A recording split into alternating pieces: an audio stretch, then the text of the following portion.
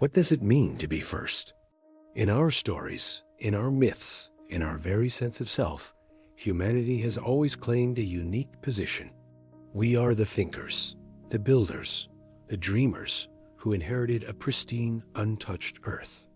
We look at the ruins of Rome, the pyramids of Giza, the Great Wall of China, and we see the grand, sprawling story of our own ascent. It is a story that begins with us, and we assume it will end with us. We measure our history in a few thousand years, our industrial ambition in a few centuries, and we stand atop this timeline, confident in our primacy. But what if this confidence is a grand illusion? What if the story we tell ourselves is not the whole story of this planet? What if, when we gaze upon the deep canyons, the layers of ancient rock, and the vast, silent oceans, we are looking at the tomb of a world that came before ours? This is not a question of fantasy, not a tale of science fiction, but a profound scientific inquiry, a thought experiment that has been given a name as ancient and mysterious as the concept it represents, the Silurian Hypothesis. It asks a question so simple, yet so paradigm-shattering, that it forces us to reconsider everything we think we know about our planet's past. Was our world theirs first? Imagine the Earth, not as we know it today, but as a planet shrouded in the mists of deep time. 420 million years ago, during the Silurian period, a first complex life was just beginning to crawl onto land. But let's push the timeline forward. Imagine a point, perhaps 50, 100, or 300 million years ago. A time when the continents were arranged in unfamiliar patterns, when the climate was wildly different, and when the stage was set for a different kind of evolution. Could another species, in that immense span of time, have risen to intelligence? Could they have built cities, forged industries, and developed a global civilization, only to vanish so completely that almost no trace remains? This is the heart of the Silurian Hypothesis, a concept proposed by astrophysicist Adam Frank and NASA climate scientist Gavin Schmidt. They weren't searching for aliens or lost continents like Atlantis. They were asking a much more practical, an unsettling question.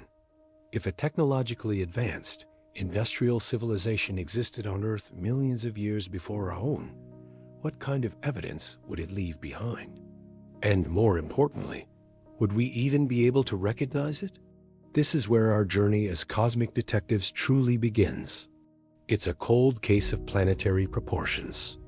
The crime scene is Earth itself. The victim is a potential lost civilization. And the suspect? The relentless, unforgetting passage of geological time. We are accustomed to finding evidence of the past in the form of fossils, ruins, and artifacts. A potsherd, a carved stone, a buried foundation. These are the tangible ghosts of our human ancestors. But what happens to these ghosts when the clock ticks not for thousands, but for millions of years? The surface of our planet is a dynamic, violent, and constantly recycling engine. Plate tectonics drives continents together, melts them down, and thrusts them back up as new mountains. Erosion grinds those mountains into dust.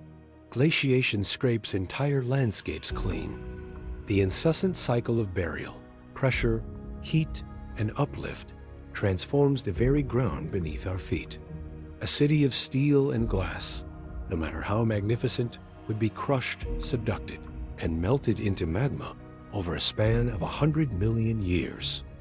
A plastic bottle, often cited as a symbol of our long-lasting pollution, would be broken down and integrated into the sedimentary record in a mere fraction of that time.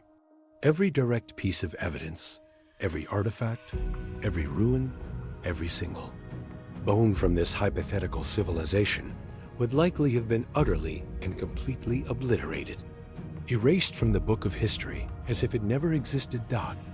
So, if we cannot find a fossilized factory or a petrified skyscraper, where do we even begin to look? The answer, according to Frank and Schmidt, lies not in what you can hold in your hand, but in the subtle whispers left behind in the chemistry of the planet itself. It's a shift from archaeology to geochemistry. Think of it this way. Our own industrial civilization, in its brief existence, is already fundamentally altering the planet. We are writing our signature into the geological record for eons to come. We burn fossil fuels, releasing vast quantities of carbon into the atmosphere, changing the climate and the chemistry of the oceans. This leaves an isotope signature in the layers of sediment being deposited right now, a distinct chemical fingerprint. We have created synthetic compounds, plastics, and pollutants that will be buried and preserved as anomalous chemical markers. In the rock layers of the future, our agricultural practices with mass deforestation and the use of nitrogen fertilizers will leave their own unmistakable chemical scars. This is our legacy, a global chemical screen that will be detectable to any future geologist millions of years from now. The Silurian Hypothesis, therefore, proposes that we should hunt for a similar scream from the deep past. We must look for the echo of another industrial age. This quest reframes our view of the geological record. We are no longer just looking at layers of rock. We are looking at pages of a planetary memory, searching for a chapter that has been torn out. We must scan the timeline of our Earth for sudden, inexplicable spikes in global temperature. We must search for evidence of mass, extinctions that don't fit neatly with known causes, like asteroid impacts or volcanic activity. We must analyze ancient sediments for unusual isotopic ratios of carbon, nitrogen, or other elements that could signal the waste products of a global industry. We look for traces of synthetic molecules that have no business being there, or unusual deposits of metals that might suggest large-scale mining and processing. In essence, we are searching for the planet's own fever, a sudden, pathological event in its deep history that mirrors the fever we are inducing today. It's a mind-bending inversion of the familiar. We look at our own impact on the planet, our Anthropocene era, and we use it as a template, a search image for a lost Silurian scene or Paleocene scene. We are, in a strange way, searching for ourselves in the geological mirror, and the implications of finding such a signal would be nothing short of revolutionary. It would mean that we are not the first. That intelligence, industry, and perhaps even self-destruction are not unique phenomena of Homo sapiens, but are perhaps a recurring feature of planetary evolution. It would open a profound and humbling conversation about what is called the Great Filter, the idea that civilizations may rise, but inevitably encounter a barrier that prevents them from achieving interstellar longevity. Was it climate change that brought this predecessor civilization to its knees? Did they exhaust their resources? Did they perish in a war that left only chemical scars? Finding evidence of their existence would be a monumental discovery, but finding evidence of their demise would be a chilling warning. It would transform the story of our planet from a simple tale of our own manifest destiny into a cautionary cycle of boom and bust, of fleeting intelligence and inevitable geological oblivion. It asks us to be humble, to see ourselves not as the masters of the earth, but as its current and perhaps temporary custodians. The enigma is set. The tools are unconventional. The stakes are our entire understanding of life and civilization in the cosmos. The investigation begins now by digging deep, not into the ground with a shovel, but into the chemical heart of our planet's oldest memories, searching for the ghost in the geological machine. Was our world theirs first? The rocks are silent, but they may hold the answer. To hunt for a ghost, you must first understand the house it is said to haunt. For us, that haunted house is planet Earth, but not the Earth we know. It is a series of forgotten worlds, each with its own geography, its own climate, and its own unique cast of characters. The very name of our enigma, the Silurian Hypothesis, is, in itself, a piece of misdirection. The Silurian period, over 400 million years ago, was a world of primordial oceans, with life just beginning its tentative crawl onto barren land. It is far too early, too primitive, for the kind of industrial society we are searching for. The name is a poetic nod to a deep, alien past, not a literal target for our investigation. To find a plausible window for a lost industrial age, we must look to periods much more recent in geological terms, yet still fantastically ancient to us. We must journey to terrestrial contexts where the building blocks for civilization were. Present, a stable climate, abundant resources, and complex life. These were the stages upon which our phantom civilization might have played out its brief, dramatic story. Our investigation, therefore, begins by parting the mists of time and stepping into two of the most likely, yet profoundly alien worlds. Of Earth's deep past, our first stop is the Carboniferous period, stretching from roughly 359 to 299 million years ago. The name itself is a clue. It is the age of carbon, the era that laid down the vast majority of the coal seams we ourselves would later exploit to fuel our own industrial revolution. Stepping into this world would be like entering a fever dream. The continents are not as we know them. The supercontinent Pangaea is in the process of assembling, creating vast coastlines and immense interior regions. But the true signature of this era is the air itself. The atmosphere is thick, heavy, and supercharged with oxygen, reaching levels of up to 35% compared to our modern 21%. This oxygen-rich air has a dramatic effect on life. It fuels rampant growth and, most famously, gigantism. This is a world of sprawling, swampy forests unlike anything that exists today. Towering scale trees, some reaching 100 feet into the sky, dominate the landscape. Giant ferns and club mosses form a dense, humid understory. There is no grass, there are no flowers. It is a world of greens and browns, of damp earth and perpetual twilight beneath a thick canopy. And in these forests dwell the true rulers of the Carboniferous, the arthropods. Imagine dragonflies, the Meganeura, with the wingspan of a modern eagle. Picture centipede-like creatures, Arthropleura, stretching over 6 feet long, slithering through the damp leaf litter. Spiders, scorpions, and all manner of insects reach sizes that would be the stuff of nightmares today. This was their golden age. What does this terrestrial context mean for our investigation? It presents a tantalizing what-if. Here, for the first time in Earth's history, is an incredible energy source being created in real time. The sheer biomass of these colossal forests, falling, dying, and being buried in the anaerobic swamps, is forming the planet's first great repository of fossil fuels. For a civilization to become industrial, it needs fuel. The Carboniferous was, in essence, a planetary-scale battery being charged. Any intelligent species arising in this period, or in the millions of years that followed, would have inherited a world literally paved with energy. But what kind of intelligence could arise here? The dominant life forms were not vertebrates like us. Could intelligence have taken a different path?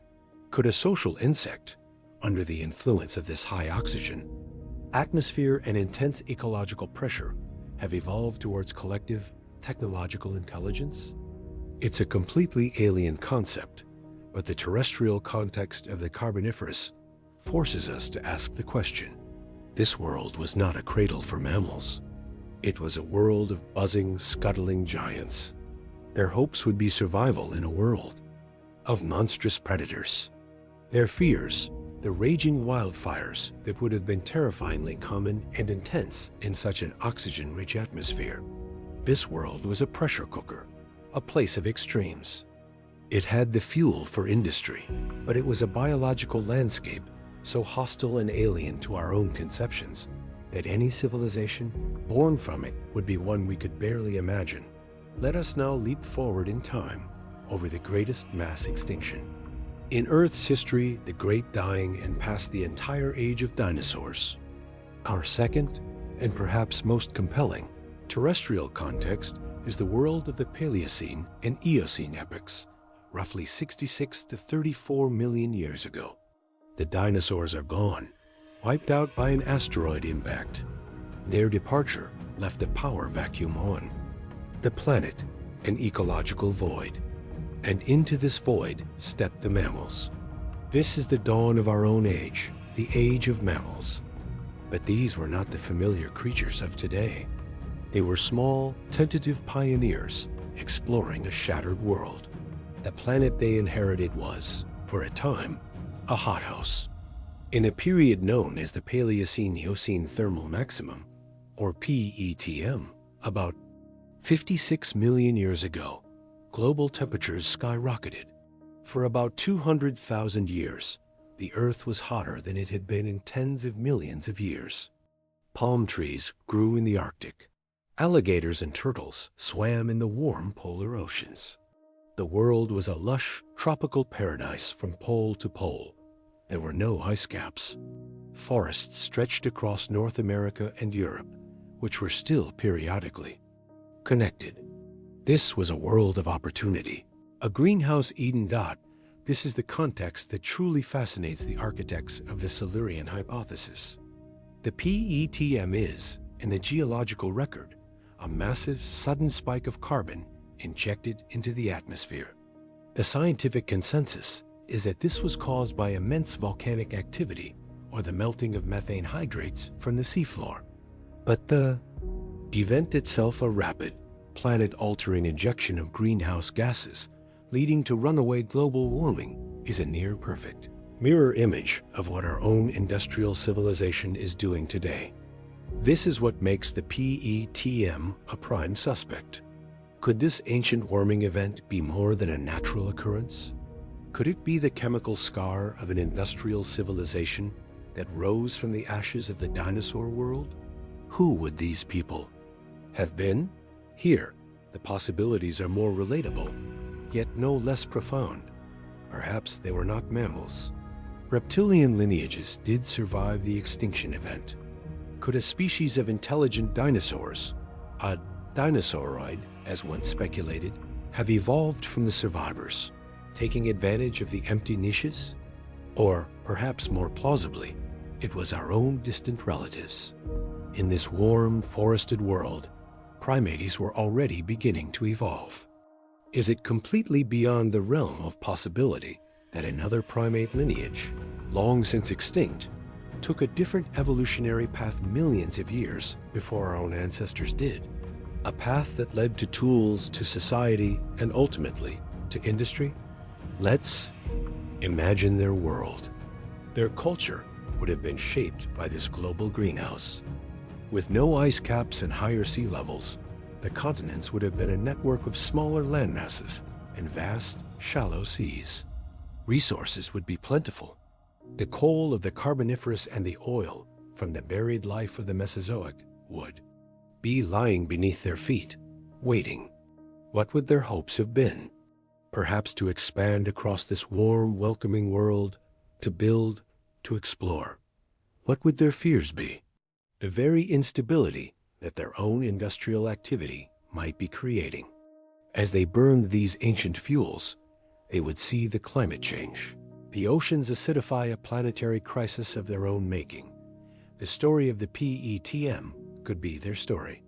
A civilization that bloomed in the wake of one extinction, only to cause a climatic catastrophe of its own, and then vanish, leaving behind only a thin layer of anomalous carbon in the rock as its tombstone. This terrestrial context is so powerful because the central piece of evidence, the warming event, is not something we have to imagine. It is there, in the geological record, waiting for an explanation. We are not just inventing a stage. We are investigating a real documented planetary fever. The question is, what was the disease? Was it nature, or was it the fleeting, brilliant, and ultimately self-destructive ambition of a civilization that we have forgotten ever existed. This is the world that provides the most fertile ground for our search, a world that looks hauntingly like a prelude to our own. In our search for lost civilizations, we often look for their eyes turned upward. We find henges aligned to solstices, temples tracking Venus, and myths born from the patterns of the stars. But when your suspect has been dead for 50 million years, you cannot search for their stories of the sky. Instead, you must investigate the sky itself. The celestial clues in the Silurian Enigma are not encoded in artifacts, but in the fundamental physics of our solar system and galaxy. The sky of the deep past was not merely a backdrop.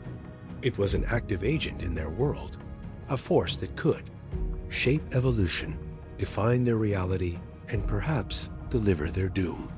We must treat the cosmos as another suspect in the case. Did our phantom civilization truly die by its own hand, or was it a victim of a cosmic homicide?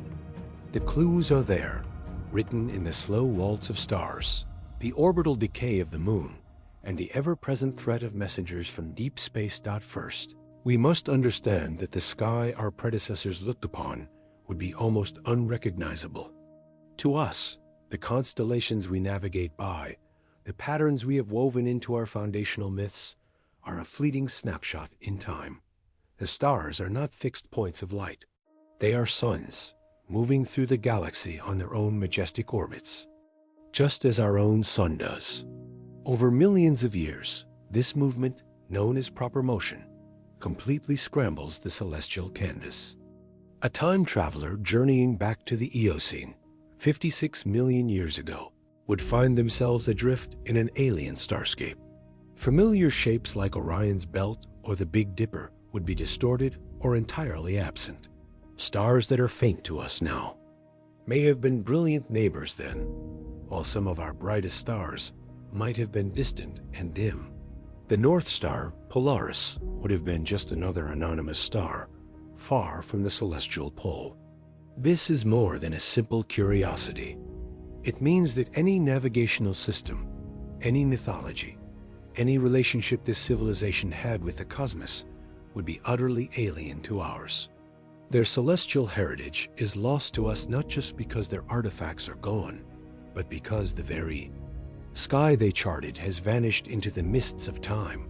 But the changes were not limited to the distant stars. A much closer and more powerful celestial influence would have dominated their world. The moon. Our moon is currently drifting away from the Earth at a rate of about 3.8 centimeters per year. This may seem insignificant, but over millions of years, the difference is profound. 50 million years ago, the moon was significantly closer to the Earth. It would have appeared larger in the sky, a more dominant and luminous presence in their nights. But its gravitational pull would have been the most significant difference. A closer moon means stronger tides. The tidal forces would have been immense, creating massive intertidal zones and potentially driving weather patterns in ways we can only simulate. For any coastal civilization, these supertides would have been a fundamental aspect of life, shaping their architecture, their mythology, and their understanding of the world. More than that, the moon's gravitational drag affects the Earth's rotation. With a closer moon, the Earth spun faster. A day in the late Cretaceous period, around 70 million years ago, is estimated to have been only about 23.5 hours long. Going further back, the days were even shorter. This faster rotation would have altered everything from climate and wind patterns to the very circadian rhythms of life itself. The celestial clock of this lost world ticked to a different beat, governed by a larger, more powerful moon. This is a celestial clue of the highest order, a fundamental, environmental parameter that made their world profoundly different from our own. With this alien celestial stage set, we can now turn to the prime suspects, the celestial events that could mimic the signature of an industrial civilization, or serve as the ultimate cause of their extinction. The most obvious culprit is an asteroid or comet impact. We have definitive, proof that this is not a hypothetical threat. The Chicxulub impactor, the 6-mile-wide asteroid that struck the Yucatan Peninsula 66 million years ago, ended the 150 million-year reign of the dinosaurs. It serves as the ultimate benchmark for a planetary catastrophe. An impact of that scale releases more energy than all the nuclear weapons on Earth combined. It triggers global firestorms, mega tsunamis, and throws so much dust and soot into the atmosphere that it blocks out the sun, leading to an impact winter and a collapse of the food chain. The geological evidence it leaves is unambiguous. A worldwide layer of iridium, an element rare on Earth but common in asteroids, shocked quartz, and tiny glass spheres called tektites. This brings us to the central investigative problem of the Paleocene-Eocene thermal maximum, PETM.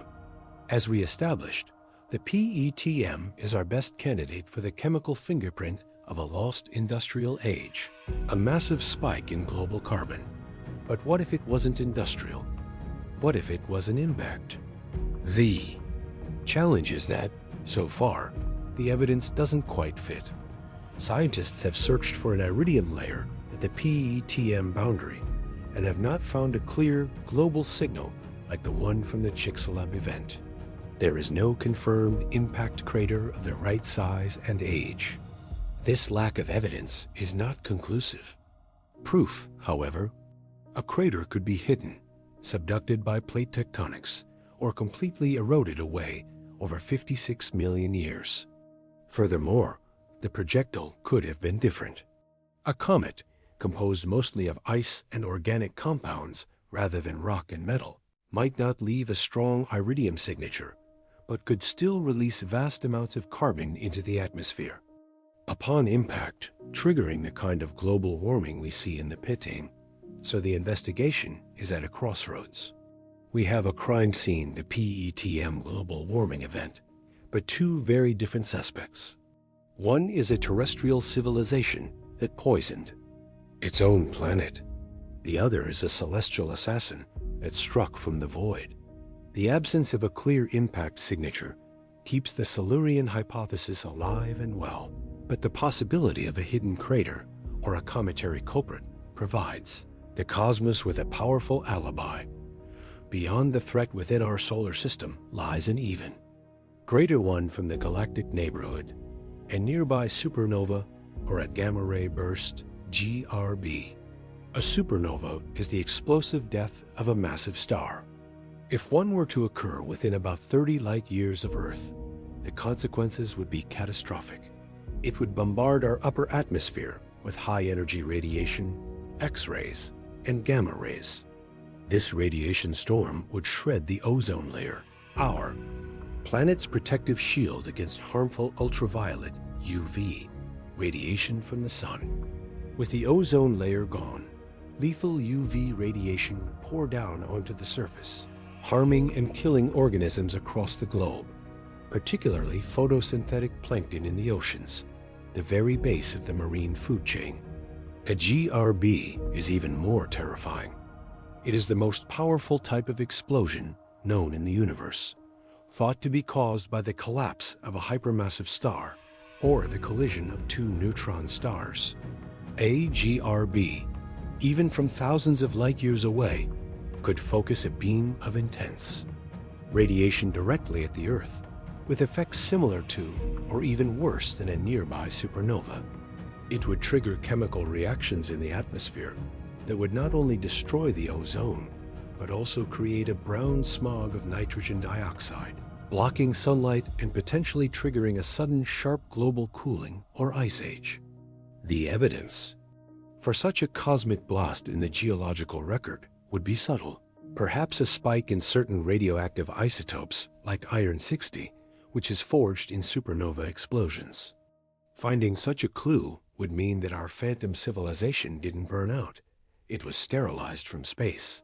It would mean that even if a civilization survives its own industrial adolescence, it is still at the mercy of the violent, unpredictable galaxy it inhabits. This celestial clue provides the ultimate deus ex machina, a force so powerful it could erase not only a civilization, but much of the evidence that had ever existed. The sky, therefore, is not just a canvas of forgotten stars. It is a gallery of potential murder weapons. Every great investigation reaches a moment of synthesis. It's the scene where the detective stands before a wall covered in maps, photographs, and strings connecting disparate clues. On one side of our wall, we have the terrestrial evidence, a ghost in the geological machine, a thin, anomalous layer of rock, 56 million years old, that screams of a planet in crisis. This is the Paleocene-Eocene thermal maximal, or PET mark crime scene. It tells the story of a sudden, violent injection of carbon into the atmosphere, of oceans turning acidic, of a mass extinction event. This is the fingerprint. On the other side of the board are our suspects. We have the celestial culprits, the silent, craterless comet, the distant, radiation-spewing supernova. And we have the prime terrestrial suspect, a vast volcanic province venting the planet's guts out. For decades, the case seemed to point squarely at these natural causes. But now, we draw the connecting lines, and we find that they don't. All meet. A space remains, an explanatory gap. And into this gap steps our phantom, the Silurian civilization. The eureka moment in this investigation is not the discovery of a single definitive clue, but the dawning realization that the most complete and elegant explanation for the evidence may be the one we dared not consider. Let's begin by interrogating our celestial suspects one last time. We have searched for their calling cards. For an asteroid or comet impact, the calling card is iridium, or at the very least, a crater. At the PETM boundary, no significant iridium anomaly has been found. While it's possible a comet of pure ice and carbon could have struck, leaving no metallic trace, this requires a special kind of pleading. It's an appeal to an invisible weapon. The lack of a confirmed crater of the correct age and size is another powerful alibi for the cosmos. We cannot definitively rule out an impact, but we can say that it has failed to produce the expected evidence. Similarly, the deep space threats of a supernova or gamma-ray burst have their own signatures. Like the radioactive isotope iron-60, searches in deep-sea crusts, spanning millions of years, have found evidence for such events at other times in Earth's history, but not a convincing spike aligned with the PTM. The sky, it seems, for all its potential violence, has an alibi. It was not the primary actor in the drama of the PETM knot. So, we turn to the Earth itself. The prime natural suspect is the North Atlantic Igneous Province, NAIP, a colossal volcanic region that was incredibly active during the formation of the Atlantic Ocean. Over millions of years, it spewed unimaginable quantities of lava and, crucially, greenhouse gases. For a long time, this was considered case closed. The nape was the culprit behind the petum, but the devil is in the details, and the details are in the timing. When geochemists analyze the carbon spike of the PETM, they find that it appears to have been released in a series of incredibly rapid pulses. The onset of the warming was, geologically speaking, instantaneous, while the NAIP was certainly a massive source of carbon. Many climate models struggle to make the volcanoes alone release the carbon fast enough to match the data stored in the rock. The volcanic activity was more of a slow burn, while the petum looks more like a sudden flash. This is where the connection is made. What if the volcanoes weren't the sole culprit, but an accomplice? Or perhaps the trigger? Imagine our hypothetical Silurian civilization. They arise in the warm, post-dinosaur world of the Paleocene. They evolve, develop technology, and discover the immense energy reserves beneath their feet, the coal and oil left by previous ages. They build an industrial society.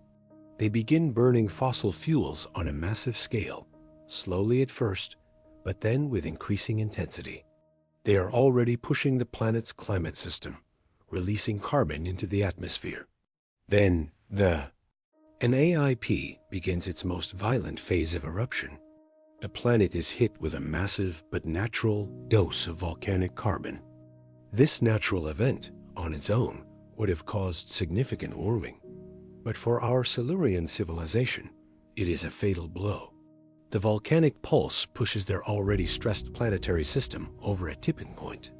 The warming they initiated is amplified into a runaway greenhouse effect.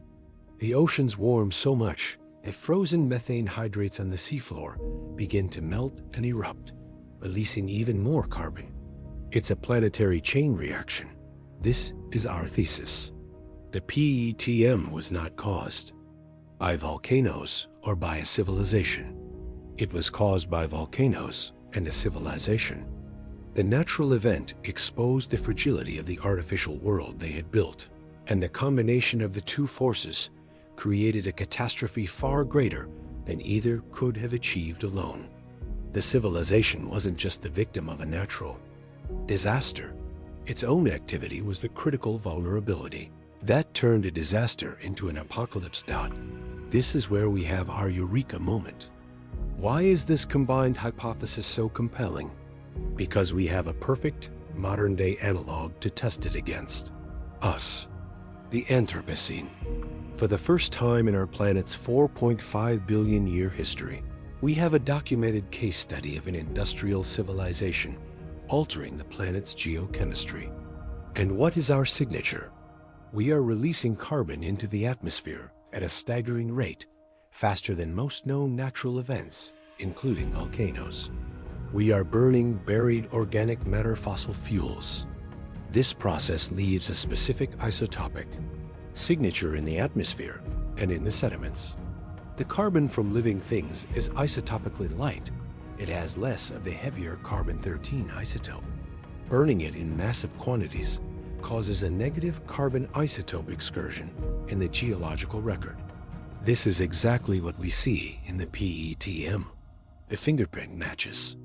Furthermore, our actions are causing the oceans to acidify, another key feature of the PETM. Our use of nitrogen fertilizers is fundamentally altering the nitrogen cycle, leaving another chemical trace. Our creation of plastics and persistent synthetic pollutants is creating a technofossil layer that will be unique in the rock record. The connection is this: the PETM is the closest and most hauntingly accurate parallel to the Anthropocene in the entire geological history of Earth. The speed of the carbon release, the source of the carbon, the effect on the oceans, it all mirrors our own planetary impact.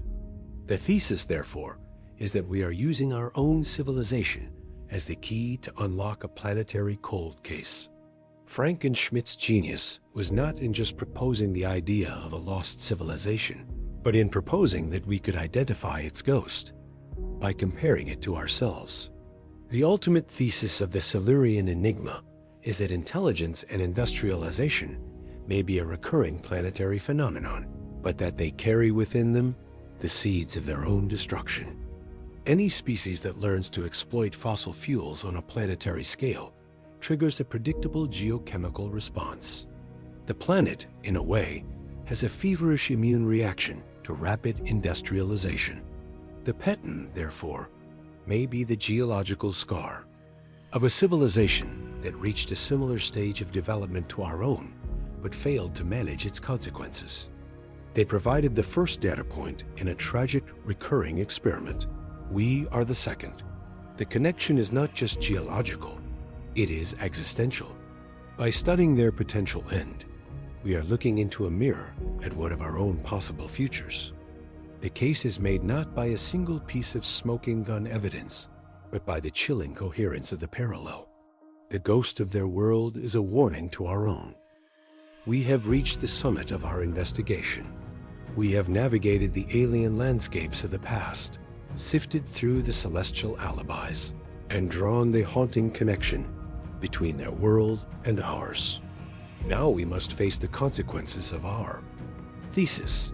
If we accept, even as a powerful possibility, that we are not the first industrial civilization on this planet, what is the impact of that knowledge?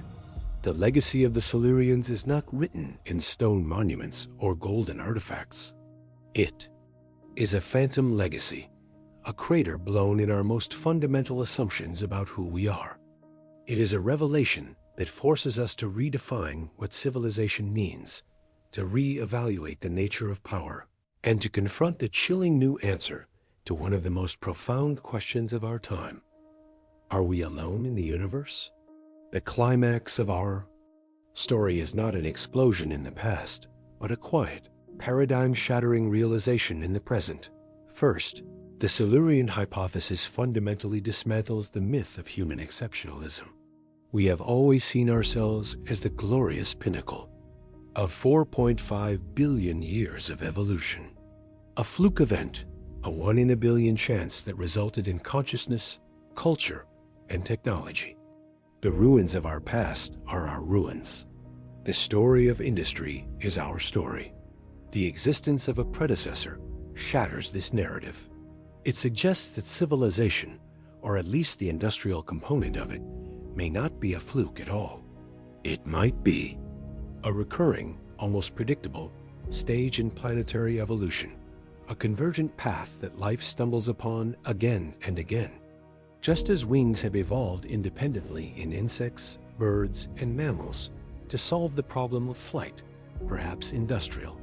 Technology is a solution that intelligent life inevitably discovers to solve the problem of energy extraction. This reframes civilization not as a unique act of creative genius, but as a predictable metabolic state of a planet's biosphere. It becomes a geological phenomenon, like an ice age or a volcanic period. A planetary intelligence reaches a certain threshold, discovers the concentrated energy of its fossilized past, and undergoes a rapid, fiery bloom of activity. From this perspective, a city is no different from a coral reef, just another way for matter and energy to organize itself. A power grid is a circulatory system. A global communications network is a nervous system. The legacy here is a profound, humbling. We are not a miracle. We are a pattern. This forces us to ask, what then was the impact on their society? How did this pattern shape them? We can only speculate by holding up the mirror to ourselves. The discovery of fossil fuels would have been a Promethean moment, granting them the power of gods. It would have fueled an explosive growth in their population, allowed them to build structures and machines of immense scale, and created a complex, interconnected global society. Power for them would have been synonymous with energy consumption. The empires that rose and fell in their world would have done so based on their ability to secure and exploit these energy resources. Geopolitical conflicts over vast coal deposits or rich oil fields would have defined their history. And with this power would have come a profound sense of mastery over nature, a growing belief that they were separate from the ecosystem that birthed them. They would have developed economic systems predicated on the assumption of infinite growth, powered by a finite resource.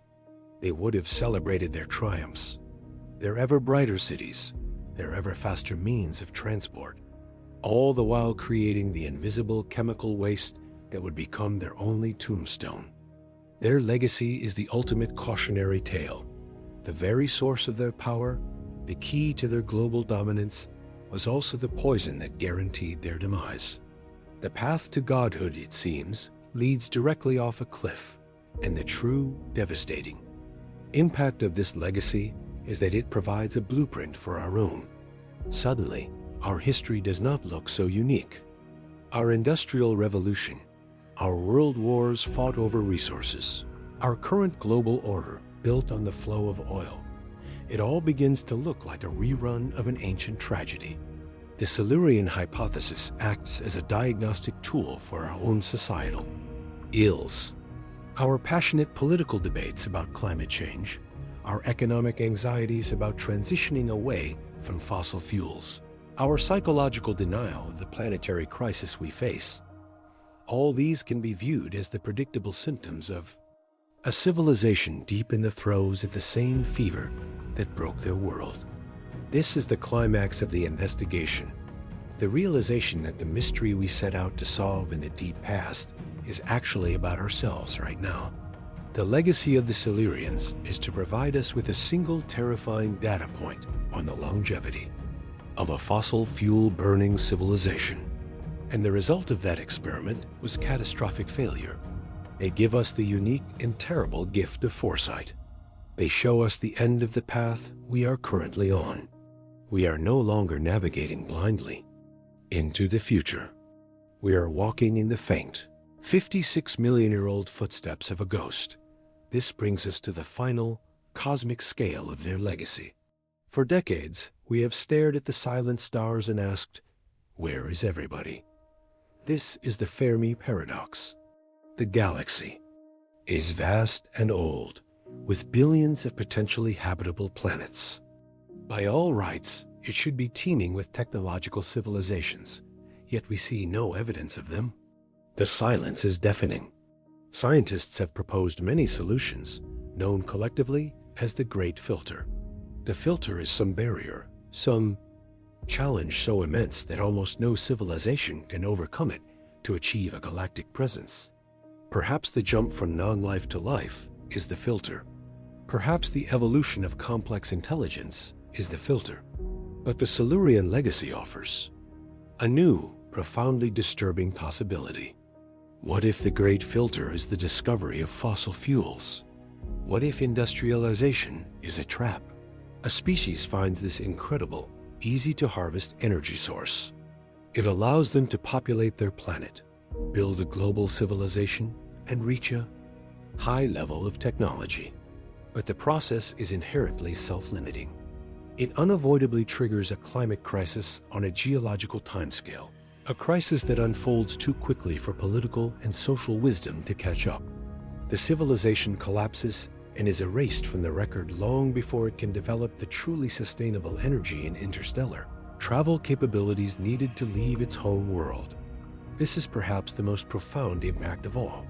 The silence of the cosmos may not be because life is rare, but because industrial civilization is suicidally short-lived.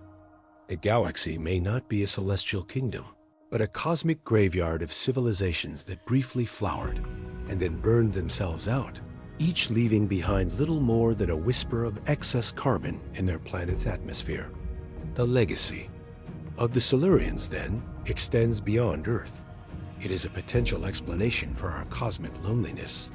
They are a silent answer to Fermi's great question. We are alone because the test that confronts every young civilization is pass-fail, and the passing grade requires a level of foresight and collective action that may be almost impossible to achieve. Their impact is to reframe our entire spacefaring dream, turning it from a hopeful quest into a desperate race against a clock we have only just realized is ticking. Their story is over. Their world is gone. But their legacy is a warning, etched into the very fabric of our planet, a message that has waited 56 million years to be read. And it says, simply, we were here. We did this. Do not make the same mistake. Our investigation is complete. The trail has gone cold, buried under 56 million years of rock and time. We began with a question that felt like science fiction. Was our world theirs first?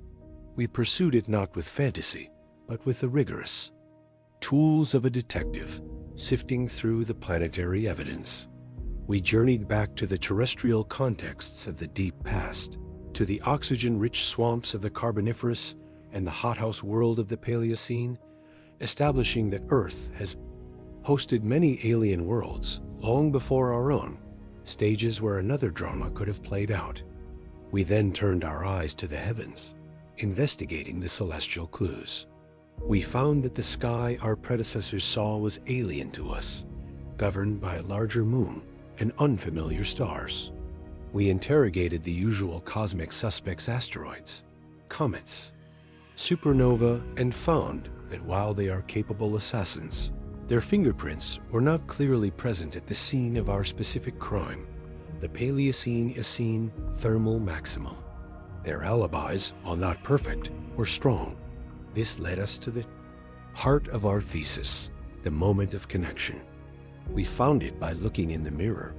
We compared the chemical scar of the PETM, its rapid carbon injection, its specific isotopic signature, its acidification of the oceans, to the signature our own Anthropocene era is currently carving into, the planet's crust.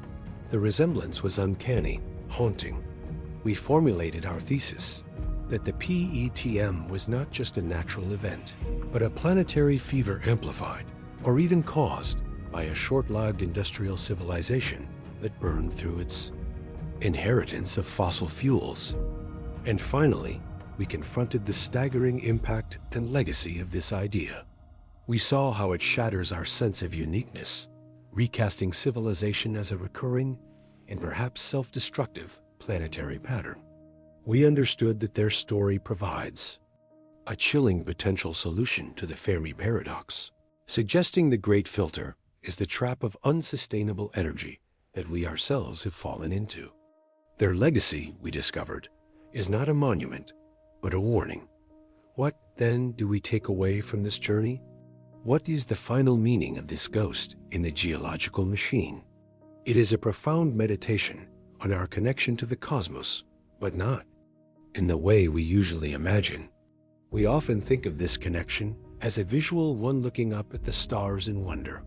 But the Silurian Enigma teaches us that our most fundamental cosmic connection is not with our eyes, but with our atoms. It is the connection to the planet beneath our feet. We are not masters of a dead rock, separate from its functions. We are an emergent property of the Earth's complex systems, a temporary expression of its biosphere. Our intelligence does not place us outside of nature. It makes us the most potent geological force within it. The story of this phantom civilization, if true, proves that the planet has a memory. It remembers the composition of its atmosphere, the chemistry of its oceans, and the balance of its life. It remembers, and it records. The rock layers are the pages of its autobiography, and our actions are writing the current chapter. The Silurians' legacy is the discovery of a previous redacted chapter that tells a similar tale to our own. This reveals that our connection to the planet is a feedback loop. We act upon it, and it acts upon us. Pushing it too hard, too fast, as they may have done, doesn't break the planet. It breaks the civilization that pushes it. The planet simply adjusts to a new, hotter, and often emptier equilibrium, and continues its journey through space. This, in turn, redefines our connection to the wider cosmos. The eternal human dream of reaching for the stars, of joining a galactic community, is cast in a new, harsher light. We have been searching for extraterrestrial intelligence, hoping for a sign that we are not alone. The Silurian Hypothesis suggests we have been searching for the wrong thing. Perhaps the more pressing search is for terrestrial wisdom. The silence from the stars might not be an indication of absence, but an indication of the staggering difficulty of the test that confronts every young technological species. Before a civilization can build starships, it must first learn not to poison its own cradle.